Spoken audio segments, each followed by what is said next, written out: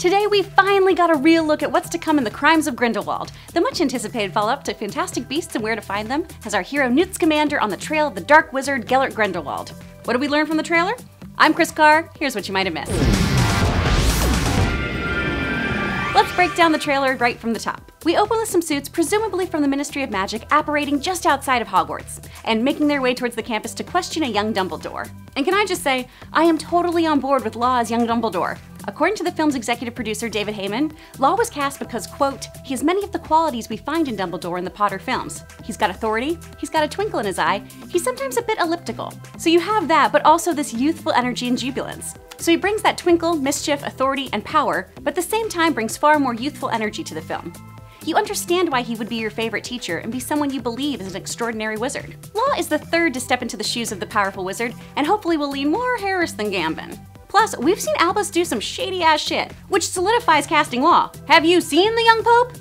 Dude is an asshole. We could be getting our first taste of that manipulation by Dumbledore pressuring Newt to join his cause. The trailer explains that Newt seems to be working in Paris on his own accord, but it seems Dumbledore is pushing for him to take up arms and stop Grindelwald's evil plot of recruiting wizards to join up in his cause to purify the wizarding gene pool. If the Potterverse is a paint by numbers on how and why Nazism spreads, it makes sense to start occupation in France.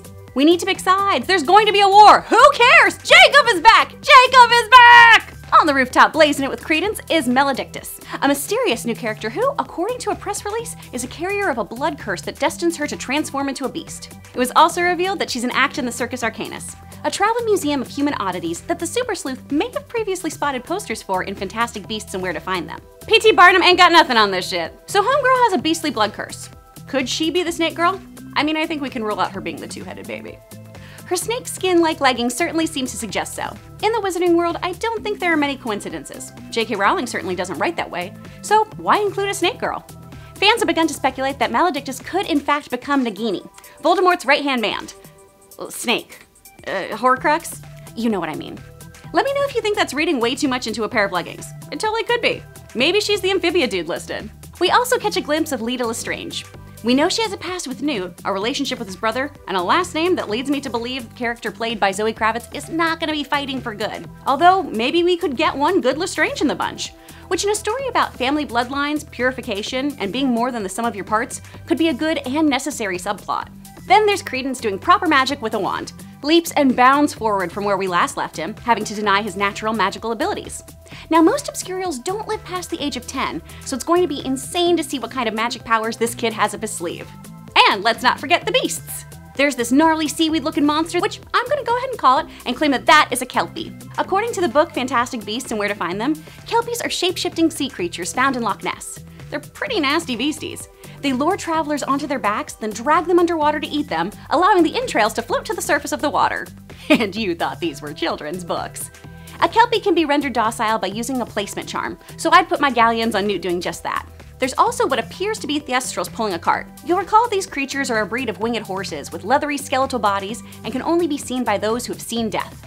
The Ministry, however, has deemed them to be dangerous, and owning these beasts is discouraged, and can even be illegal without Ministry consent. Which begs the question, how and why are they being used in this film? And why the f did Dumbledore stock Hogwarts with so many dangerous, spooky things? We finally get a good look at Grindelwald, looking suitably evil, like a cult leader who really wants you to drink that pumpkin juice. For being the title character, it's kinda odd that we don't see more of Depp in the trailer. Then again, maybe the folks in marketing are trying to slowly dose us since Depp's been in hot water ever since his tumultuous split with actress Amber Heard and the allegations of domestic abuse.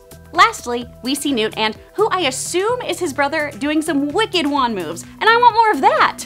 Take that Black Swan shit out of here and give me more dueling, guys! Or just more Jacob! Are you pumped for the movie? What theories did the trailer leave you with? Or do you think this sequel is going to be a flop? Let me know in the comments below. And please, don't be a squib. Swish and flick those like and subscribe buttons. Thanks for watching. I'm Chris Carr. See you, Space Cowboy.